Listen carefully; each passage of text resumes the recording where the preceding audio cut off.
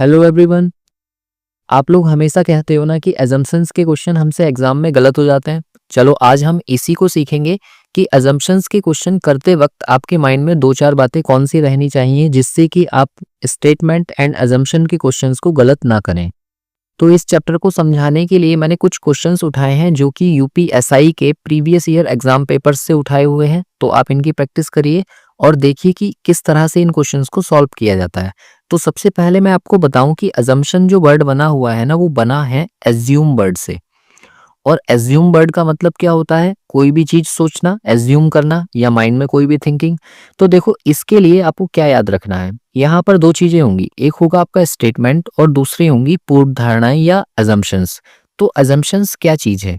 देखो, जैसे मान लो आपका ये ब्रेन है और ब्रेन में कुछ भी आपने थिंक किया और थिंक करने के बाद में मुंह से कोई भी बात बोल दी, ठीक है। तो जो हमने ब्रेन में थिंक किया ना, वो है हमारी पूर्व धारणाएं, और जो हमने मुंह से बोला है वो है हमारा स्टेटमेंट। तो कहने का मतलब ये है कि कोई भी बात अगर आप बोल रहे हैं तो बोलने से पहले आपने उस बात को लेकर अपने ब्रेन में क्या सोचा, वही आपकी पूर्व धारणाएं हैं। तो क्योंकि आप सोच रहे हैं और वो सोच आपके ब्रेन में चल रही है, तो हर व्यक्ति की थिंकिंग अलग अलग होती है। तो अलग अलग थिंकिंग के आधार पर कौन सी ऐसी बातें हैं जो हमें याद रखनी होती हैं कि हमारे एजम्पशंस सही हों, वो हम यहाँ पर सीखने वाले हैं। देखो, यहाँ पर मैंने पहले 5 पॉइंट्स लिखे हुए हैं। इन पॉइंट्स को आप बहुत ही ध्यान से समझ लो, क्योंकि अगर ये पॉइंट्स आपको समझ में आ गए तो समझ लो एजम्पशन के क्वेश्चंस आपसे सही होने लगेंगे। जैसे देखो, पॉइंट नंबर 1 में क्या लिखा है कि रिक्वेस्ट, एडवाइस, नोटिस या ऑर्डर या सजेशन, इस तरीके की कोई भी चीज हो तो वो सही होती है अजम्पशन के केस में। इसका क्या मतलब है? देखो, रिक्वेस्ट का मतलब क्या है? किसी से अपील कर रहे हैं हम, कोई भी विनती करना, ठीक है। एडवाइस या किसी को हम सलाह दे रहे हैं, या फिर कोई नोटिस, आपको अगर कोई नोटिस आया हुआ है तो वो कंडीशन हो गई। या फिर आपको कोई ऑर्डर दिया जाए, मतलब एक निर्देश दिया जा रहा है कि भाई ऐसे नहीं ऐसे करो, है ना। या फिर सजेशन, कि मैं आपको सलाह दे दूं किसी प्रकार की। अगर ये सारी चीजें आपको दी जा रही हैं तो आप ऐसे सोचो कि ये अजम्पशन के केस में हमेशा सही होंगे। कुछ एग्जाम्पल मैंने इसके रखे हैं। जैसे नंबर फर्स्ट को देखो, इसमें लिखा है कि एक टीचर ये कह रहा है कक्षा में कृपया शांत बैठें। अब देखो, इसमें कृपया वर्ड आ गया ना, तो ये एक तरीके की रिक्वेस्ट है। कोई भी व्यक्ति आपसे रिक्वेस्ट कर रहा है तो क्यों कर रहा है रिक्वेस्ट? बिकॉज ऑफ उसे ऐसा लगता है कि आप उसकी बात मानोगे, तभी तो वो रिक्वेस्ट कर रहा है। तो ऐसे सोचकर चलो कि जब मैंने ब्रेन में पहले सोचा कि भाई मेरा कहना बच्चे मान लेंगे, तभी तो मैं बच्चों से कह रहा हूँ कि भाई शांत हो जाओ, क्योंकि मुझे विश्वास है कि वो मेरी बात मान लेंगे। तो मैंने माइंड में क्या सोचा कि बच्चे मेरी बात मान लेंगे, इसलिए मैंने उसको बोला, ठीक है। तो इसलिए मतलब रिक्वेस्ट अगर होगी तो वो सही होगा। ऐसे ही देखो दूसरे वाले को, इसमें कहा है कि मोबाइल रिचार्ज समाप्त हो गया है और सेवाएं जारी करने के लिए पुनः रिचार्ज करें। आपने देखा होगा, आपका फोन का रिचार्ज जैसे ही खत्म होने वाला होता है तो आपके पास कंपनी से मैसेज आने लगते हैं कि भाई आप रिचार्ज दोबारा से कर लो, रिचार्ज दोबारा से कर लो। तो वो क्या है? वो एक तरीके का नोटिस है, ठीक है। बार बार आपको नोटिफाई कर रहे हैं कि भाई आपका रिचार्ज आने वाले समय में खत्म होने वाला है, तो अगर आप सेवाओं को जारी रखना चाहते हैं तो पुनः रिचार्ज करें। तो वो आपसे क्यों कह रहे हैं बार बार कि आप रिचार्ज करा लो? क्योंकि उन्हें ये विश्वास है कि उनके कहने से आप रिचार्ज कराओगे, ठीक है। तो कोई भी बात अगर बोली जा रही है तो उन्होंने अपने माइंड में क्या सोचा है? भाई कंपनी से जो मैसेज आ रहा है उसने अपने माइंड में सोचा हुआ है कि आप उसकी बात सुनकर रिचार्ज करवा लोगे, इसलिए वो भी सही होगा। तीसरा पॉइंट देखो, नंबर 3 में कहा है कि बैंक खाते को आधार कार्ड से लिंक करें। इसका मतलब ये है, जैसे मान लो आप बैंक में गए और आप अपने अकाउंट से कोई भी ट्रांजैक्शन नहीं कर पा रहे हो, तो आपने मैनेजर से कहा कि भाई मैनेजर साहब ऐसे ऐसे बातें, हमारे अकाउंट से जो है पैसे नहीं कट रहे हैं। तो वो क्या कहेगा कि भाई आप एक काम करो, आपका अकाउंट जो है वो डीएक्टिवेट पड़ा है, आप सबसे पहले अपने अकाउंट को आधार कार्ड से लिंक करो। तो एक तरीके का ऑर्डर दिया गया, ठीक है, कि आपको ऐसा करना पड़ेगा तो ये होगा। तो अगर कोई ऑर्डर दिया जा रहा है तो वो भी सही होगा। भाई मैनेजर ने आपसे कहा ना कि आप ऐसे करो, तो क्यों कहा? क्योंकि उसे ऐसा लगता है कि आप इस काम को कर लोगे, ठीक है। इसलिए अगर किसी प्रकार का ऑर्डर आपको दिया जाता है तो वो भी अजम्पशन के रूप में सही होता है। ऐसे देखो, नंबर 4, रीजनिंग को अच्छा करने के लिए डेली एक प्रैक्टिस सेट लगाओ। ये मैंने आपको सजेस्ट कर दिया, मतलब मैं आपसे ये बोल रहा हूँ कि भाई एक काम करो, अगर आप चाहते हो कि रीजनिंग आपकी अच्छी हो जाए तो आप क्या काम करो, डेली एक प्रैक्टिस सेट लगाओ, इससे आपकी रीजनिंग अच्छी हो जाएगी। तो ये मैंने आपको सजेस्ट कर दिया ना कि आप ये काम करो। या कई बार हम क्या करते हैं, कोई बुक सजेस्ट कर देते हैं कि इस वाली बुक से पढ़ो तो आपके अच्छे मार्क्स आएंगे, या फिर डेली ये काम करो तो उससे अच्छा रिजल्ट आएगा, है ना। तो ये जो सारी चीजें आपको सजेस्ट की जा रही हैं, ये क्यों सजेस्ट की जा रही? मैंने आपको कोई एडवाइस दी, तो क्यों एडवाइस दी? क्योंकि मुझे ऐसा लगता है कि आप उस बात को मान लोगे। तो इस तरह से नंबर फर्स्ट पॉइंट आप याद रखोगे कि कोई रिक्वेस्ट जैसा पहला पॉइंट में था, एडवाइस हो गई या नोटिस हो गया या ऑर्डर हो गया या सजेशन हो गया, इस तरह का कोई भी पॉइंट आपको दिखता है ना, तो आप सीधे सीधे उस अजम्पशन को सही कर देना। इसके बाद देखो पॉइंट नंबर 2, तो इसमें कहा है कि गवर्नमेंट रूल्स या गवर्नमेंट ऑर्डर्स, सुप्रीम कोर्ट के ऑर्डर या फिर हाई कोर्ट के ऑर्डर, ये सारे के सारे सही होंगे। इसका मतलब क्या है, जब भी हम अजम्पशन का क्वेश्चन करेंगे, अगर मान लो किसी गवर्नमेंट ने कोई आदेश दिया है, ठीक है, या फिर सुप्रीम कोर्ट का कोई आदेश है या हाई कोर्ट का कोई आदेश है, तो हम उसके ना अगेंस्ट नहीं जा सकते। मतलब कहने का यह है कि अगर गवर्नमेंट ने कोई भी रूल निकाला हो कि भाई ऐसे नहीं ऐसे करना है, तो आपके फेवर, आपको भले ही वो ऐसा लग रहा है कि यार ये नहीं होना चाहिए, लेकिन आप उसके अगेंस्ट में नहीं जा सकते, उसको गलत नहीं करना है। अगर क्वेश्चन को सही करना है तो आप उसका फेवर करेंगे, ठीक है। तो ये याद रखना है कि गवर्नमेंट रूल कोई भी हो, चाहे गवर्नमेंट ऑर्डर कोई भी हो, भले ही आपको सही नहीं लग रहा है, लेकिन वो सही होगा अजम्पशन के केस में, क्योंकि गवर्नमेंट कोई भी निर्णय ले रही है ना, तो ये एज्यूम कर रही है कि भाई आप उसकी बात मानेंगे और प्लस आपका भला ही चाहा जा रहा है, ठीक है, इसलिए वो सही होगा।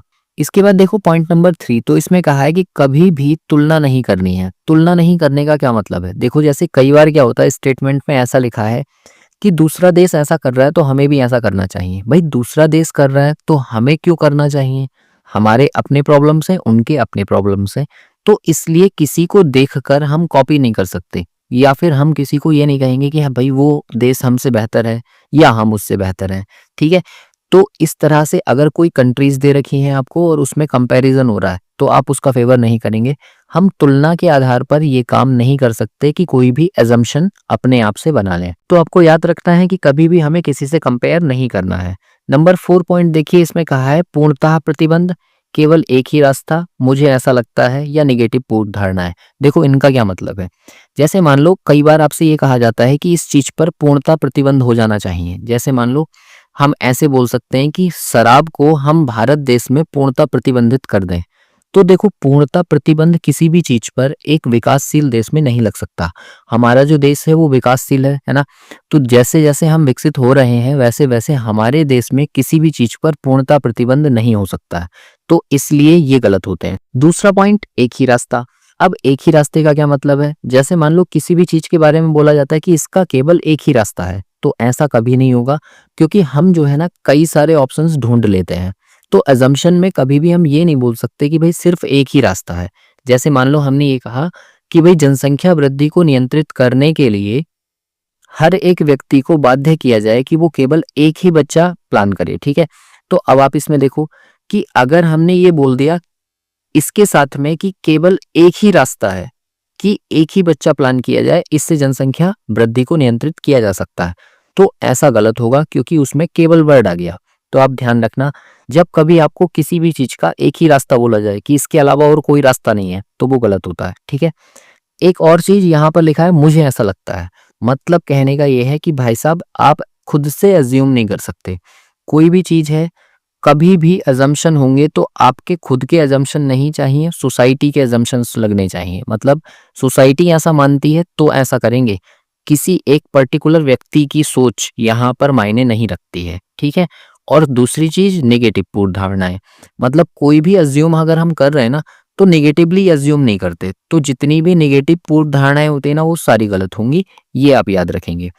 और नंबर 5 पॉइंट यहाँ दिया है, रीस्टेटमेंट कभी भी सही नहीं होता। मतलब कथन में जो बात आपको बोली गई है वही आपके अजम्पशन में बोल दी जाए, तो वो गलत होगी। क्यों? क्योंकि ये क्या बात हुई कि यार जो बात दे रखी है उसी को हम एज्यूम कर रहे हैं। ऐसा नहीं हो सकता। जब कोई बात बोल दी तो उसको हम दोबारा से एज्यूम नहीं कर सकते। भाई किसी व्यक्ति के बारे में बोल दिया कि इसका नाम राम है, तो आप उसका नाम दोबारा से ये थोड़ी कहेंगे हम एज्यूम कर रहे हैं कि आपका नाम राम है ना। तो इसलिए जब कभी आपको रीस्टेटमेंट मिलेगा वो हमेशा गलत होगा, ठीक है। ये जो 5 पॉइंट मैंने आपको बताए हैं, इन 5 पॉइंट्स को आप अपने माइंड में रखोगे और फिर क्वेश्चंस को सॉल्व करोगे, तो मैक्सिमम टाइम ऐसा होगा कि आपसे एजम्पशन का क्वेश्चन गलत नहीं होगा। अब देखिए इस पर आधारित क्वेश्चंस कैसे होते हैं। जैसे क्वेश्चन नंबर फर्स्ट आपको दिया हुआ है कि नीचे दिए गए प्रश्न में एक कथन दिया गया है जिसके साथ पूर्व अनुमान क्रमांक 1 और 2 दिए गए हैं। आपको इस कथन पद को पूरी तरह सच मानकर दोनों पूर्व अनुमानों पर एक साथ विचार करना है और यह तय करना है कि इनमें से कौन सा पूर्व अनुमान दिए गए कथन में अंतर्निहित है। देखो यहाँ पर इस क्वेश्चन को पहले समझो। ये वाली जो लैंग्वेज है मैंने सिर्फ एक ही क्वेश्चन में लिखी है, इससे आगे के क्वेश्चंस में ये लैंग्वेज आपको नहीं मिलेगी। तो देखो मैं पहले इसको समझा देता हूँ कि क्या कहा गया है यहाँ पर। यहाँ पर कहा गया है कि एक कथन है आपके पास जो कि यहाँ दिया हुआ है कि हाल ही में मुंबई में एक एटीएम में डकैती हुई थी, ठीक है। और इस बात को आपको क्या करना है, पूरी तरह से सच मान लेना है और फिर आपको बताना है कि नीचे जो पूर्व अनुमान दिए गए हैं वो कौन से सही है कि कौन से गलत हैं, ठीक है। यहाँ पर एक वर्ड यूज किया जाता है अंतर्निहित, ठीक है। तो अंतर्निहित का मतलब होता है शामिल है। मतलब अगर ये बात बोली गई है तो ये बोलने के बाद ऐसे सोचो कि ये आपका ब्रेन था, ब्रेन में सोची गई बात नीचे लिखी हुई हैं ये दोनों जिनको हम पूर्व अनुमान कह रहे हैं, और मुंह से बोली गई जो बात है वो हमने स्टेटमेंट में लिख दी है, ठीक है। अब देखो क्वेश्चन को कैसे सॉल्व करना है। जैसे देखो यहाँ पर लिखा हुआ है कि हाल ही में मुंबई में एक एटीएम में डकैती हुई थी। तो आपको ये सोचना है कि ये जो बात बोली गई है ये क्या सोचकर बोली गई होगी। तो देखो पहले वाले में दिया है कि मुंबई में कुछ एटीएम में सुरक्षा में चूक हुई है, ठीक है। तो आप क्या काम करो, ऐसे पढ़ो कि पहले पूर्व अनुमान को पढ़ लो फर्स्ट को और फिर स्टेटमेंट को पढ़ लो, दोनों को एक साथ पढ़ो। तो कैसे पढ़ेंगे हम, मुंबई में कुछ एटीएम में सुरक्षा में चूक हुई है और हाल ही में मुंबई में एटीएम में डकैती हुई है, ठीक है।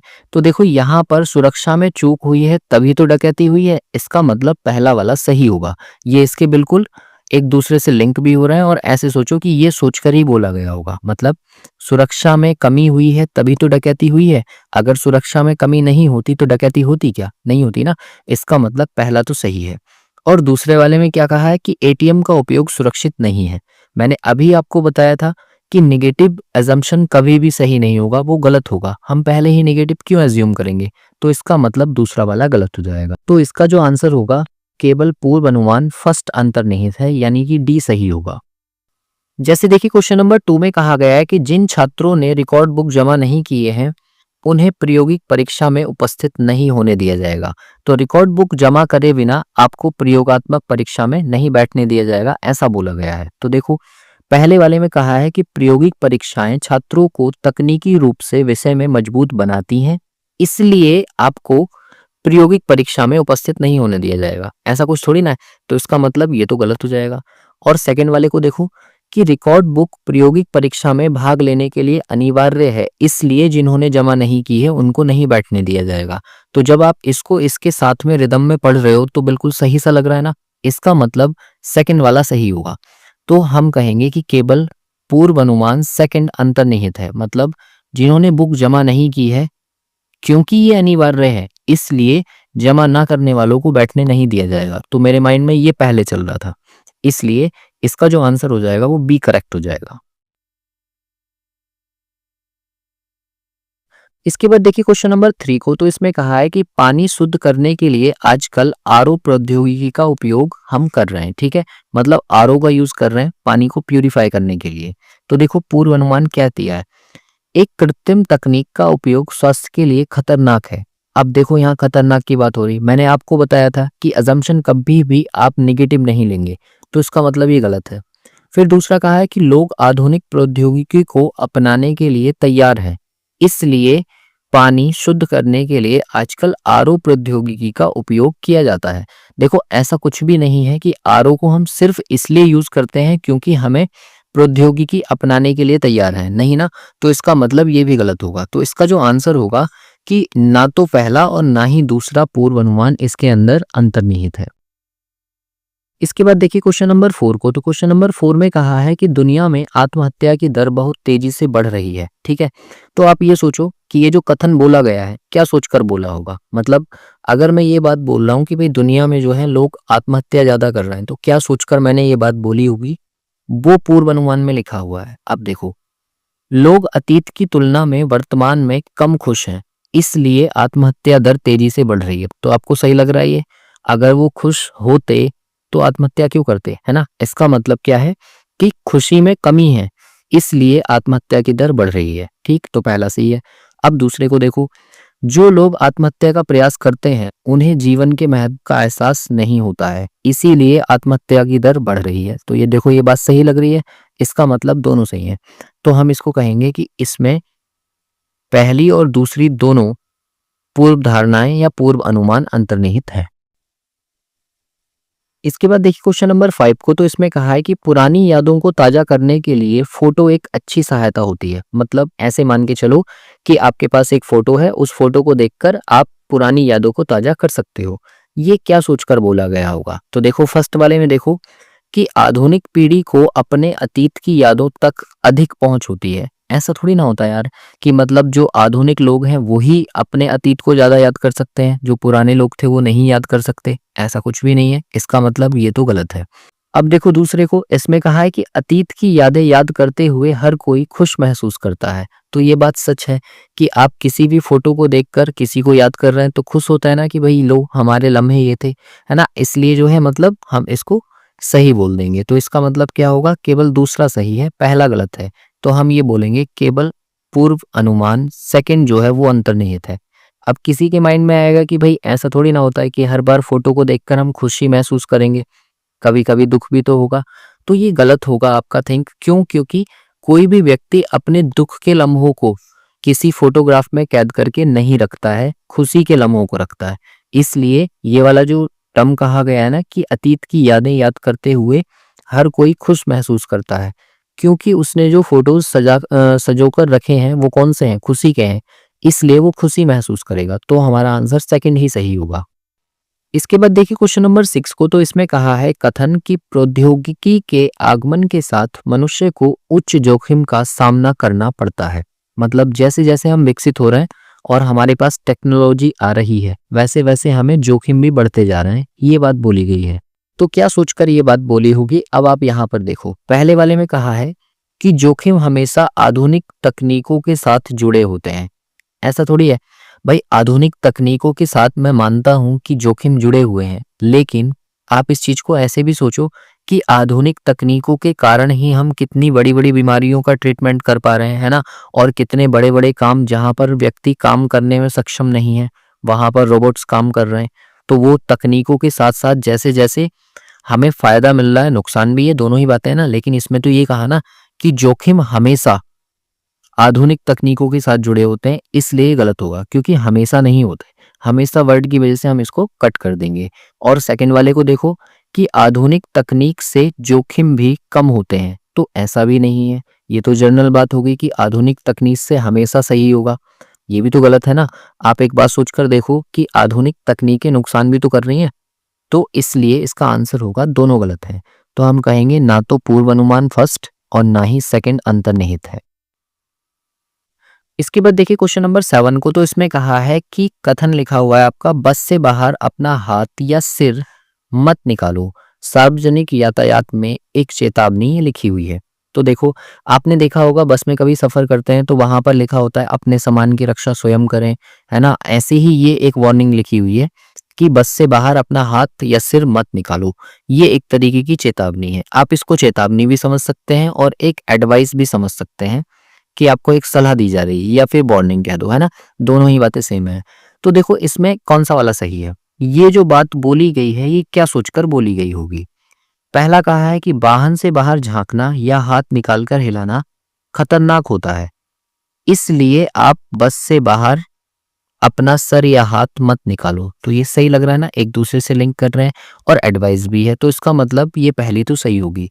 अब दूसरे को देखो, लोग इस तरह की चेतावनी की परवाह नहीं करते। यार ये तो नेगेटिव है ना, तो ये तो गलत होगा। और पैसे भी आप सोचो कि अगर मान लो लोग परवाह नहीं करते तो उन्हें सलाह कौन देगा? अगर मैं ये कहूं कि भाई मैं आपका कहना नहीं मानूंगा, तो आप मुझे कोई एडवाइस करेंगे? नहीं करेंगे ना, इसका मतलब ये गलत होगा। तो आपका आंसर क्या हो जाएगा? केवल पहला सही है, मतलब बी ऑप्शन हम इसका करेक्ट कर देंगे कि केवल पूर्व अनुमान फर्स्ट अंतर्निहित है। इसके बाद देखिए क्वेश्चन नंबर 8 को, तो इसमें कहा है कि एयर इंडिया ने घाटे को पूरा करने के लिए हवाई किराए में वृद्धि की है। इसका मतलब क्या है? एयर इंडिया ने ये निर्णय लिया है कि जो उसको नुकसान हुआ है उसकी भरपाई के लिए अगर आप हवाई जहाज से सफर करना चाहते हैं तो अब आपको पहले से ज्यादा किराया देना पड़ेगा। अब देखो ये जो बात कही गई है इसके अंदर कौन सी बात अंतर्निहित है या क्या सोचकर ये बात बोली गई है? देखो पहली बात कही गई है कि एयर इंडिया के वर्तमान किराए बहुत कम है, ठीक है, मतलब अभी जो किराया चल रहा है वो बहुत कम है, इसकी वजह से हमने बढ़ाया नहीं। ये गलत होगा। क्यों गलत होगा? क्योंकि देखो घाटे की भरपाई के लिए किराया बढ़ाया गया है, ना कि किराया कम है उसके लिए बढ़ाया गया है। तो इसका मतलब पहला तो गलत है। अब सेकंड को पढ़ूं। अगर एयर इंडिया के किराए में वृद्धि नहीं होती है तो घाटे को पूरा नहीं किया जा सकता। अब यहाँ पर घाटे का जिक्र है तो ये सही है। देखो कैसे, अब इसको ना एक साथ पढ़ो। अगर एयर इंडिया के किराए में वृद्धि नहीं होती है तो घाटे को पूरा नहीं किया जा सकता, इसलिए एयर इंडिया ने घाटे को पूरा करने के लिए हवाई किराए में वृद्धि की है। तो ये बात आपको सही लगेगी। तो इसका मतलब इसका आंसर हो जाएगा केवल सेकंड जो है वो अंतर्निहित है। देखो आपको ना कई बार ऐसे करके भी देखना पड़ेगा कि जैसे मान लो पहले पूर्व अनुमान को पढ़ लो और फिर बीच में इसलिए वर्ड का यूज करो कि इसलिए, और फिर कथन को पढ़ दो। मतलब पहले पूर्व धारणा पढ़ो जो पूर्व धारणा दी है, और एक वर्ड बीच में ऐड कर दो इसलिए, और फिर कथन को पढ़ दो। अगर ये पूरा का पूरा मैच कर जाए, है ना, डाइवर्ट ना हो, तो आप समझ जाना कि वो अजम्पशन हमारा सही होगा, अदरवाइज गलत भी हो सकता है ना। इसके बाद देखो क्वेश्चन नंबर 9 को। तो क्वेश्चन नंबर 9 में कहा है कि चिकित्सा उत्पाद बनाने वाली रासायनिक कंपनियों को अपने अपशिष्ट समुद्रों और नालियों में बहाना कम करना चाहिए। मतलब कहने का ये है कि चिकित्सा उत्पाद हो गई मतलब मेडिसिन्स बनाने वाली कंपनी, और वो क्या करती हैं, अपने रासायनिक पदार्थ जो हैं कहाँ भेज देती हैं, नदियों में और समुद्र में बहा देती हैं। तो उनको वो कम करना चाहिए। क्यों कम करने की बात हो रही है, पढ़ के देखिए। पहले वाले में कहा है कि बहाए गए अपशिष्ट भूमिगत जल तक पहुंचकर जल संसाधनों को कम करते हैं, जिसके परिणाम स्वरूप पीने के पानी में कमी होती जा रही है। तो ये सही बात है। अगर ये सोचकर हम इस पर कमी करवाना चाह रहे हैं तो ये सही बात है ना। क्योंकि हमारे पीने के पानी का नुकसान हो रहा है, इसलिए हम कह रहे हैं कि भाई समुद्रों में और नदियों में आप क्या ना बहाओ, जो अपशिष्ट हैं आपके वो ना बहाओ। ठीक है। ऐसे ही सेकंड वाला देखो, इसमें कहा है ऐसी रासायनिक कंपनियों पर प्रतिबंध लगा देना चाहिए। देखो मैंने आपको अभी पीछे नोट करके लिखवाया था कि किसी भी चीज पर पूर्णतः प्रतिबंध नहीं हो सकता, ठीक, ताकि अपशिष्ट उत्पाद कम किया जा सके। अगर हम दवाई बनाने वाली फैक्ट्रीज को पूरी तरीके से बंद कर देंगे तो बंद करने पर क्या होगा, फिर बीमारियों के इलाज कैसे होंगे। तो इसका मतलब क्या है, ये गलत होगा। तो हमारा जो आंसर है केवल पूर्व अनुमान पहला अंतर्निहित है, क्योंकि अगर हम पूर्णतः प्रतिबंध लगाएंगे ना किसी चीज पर भी तो वो हमारे देश में संभव नहीं है। इसके बाद देखिए क्वेश्चन नंबर 10 को। तो इसमें कहा है कि हमारी कंपनी में कर्मचारियों की संख्या अधिक है, इसलिए मैं हर एक के लिए जीवन बीमा पॉलिसी का प्रस्ताव रखना चाहता हूं। और ये कौन बोल रहा है, कंपनी का एक प्रबंध निर्देशक बोल रहा है। ठीक है, वो आपसे कह रहा है कि भाई आप एक काम करो, पॉलिसी करा लो, क्योंकि हमारे पास बहुत सारे बंदे हैं। ठीक, अब आप पढ़ो क्यों कहा गया होगा ऐसा। सभी कंपनियों के लिए अपने कर्मचारियों को जीवन बीमा पॉलिसी प्रदान करना अनिवार्य है। ये गलत होगा। क्यों गलत होगा, सभी की बात हो रही है। क्या सारी कंपनीज अपने वर्कर्स को जीवन बीमा करा कर देती हैं? ऐसा तो नहीं है। तो इसका मतलब सभी की वजह से ये गलत हो जाएगा, क्योंकि ये जर्नल में भी बात हो गई। लेकिन सेकंड वाले को पढ़ो, इसमें कहा है कि बीमा पॉलिसी कर्मचारियों और उनके परिवार के लिए बहुत उपयोगी है। ये बात सही है, बहुत ज्यादा उपयोगी है। इसलिए जो निदेशक है वो रिक्वेस्ट कर रहा है कि भाई आप एक काम करो, जीवन बीमा पॉलिसी करा लो। तो इसका मतलब सेकंड वाला सही हो जाएगा। तो हम यहाँ कहेंगे कि केवल पूर्व अनुमान सेकंड जो है वो अंतर्निहित होगा। तो देखो आपने यहाँ पर 10 क्वेश्चंस किए जो कि स्टेटमेंट एंड अजम्पशन के थे, कथन और पूर्व धारणा के थे। आपको आई होप ये करने आ गए होंगे। आपको इसकी और अच्छी प्रैक्टिस करने के लिए क्या करना होगा, जिस भी एग्जाम की आप तैयारी कर रहे हैं उसके प्रीवियस ईयर के क्वेश्चन पेपर निकालिए और उनमें देखिए कि इस तरह के क्वेश्चंस दिए हुए हैं तो उनको किस तरह से सॉल्व किया है या उनके क्या आंसर्स रहे हैं। तो आपकी वो प्रैक्टिस आने वाले एग्जाम में आपकी बहुत ज़्यादा हेल्प कर देगी। बाकी जो मैंने शुरू में कुछ पॉइंट्स बताए हैं ना, उन पॉइंट्स को आप दोबारा देखना कि उन पॉइंट्स में किस तरह से समझाया गया है ना। हो सकता है एक दो पॉइंट मैंने छोड़ दिए हों, बट आप क्या काम करो, इन्हीं पॉइंट्स से प्रैक्टिस करो। और जब आप नए क्वेश्चंस लगा रहे हो और उनके आंसर्स देखना कि उनके आंसर्स में भाई ये वाला गलत क्यों है, ये वाला सही क्यों है। उसके जब थोड़े थोड़े आपको पॉइंट्स मिलेंगे ना, उनके नोट्स बना लो। और नोट्स बनाने के बाद जब आप एग्जाम में बैठोगे तो वो सारे के सारे पॉइंट्स आपके माइंड में रहने चाहिए ताकि वो आपको हेल्प करें।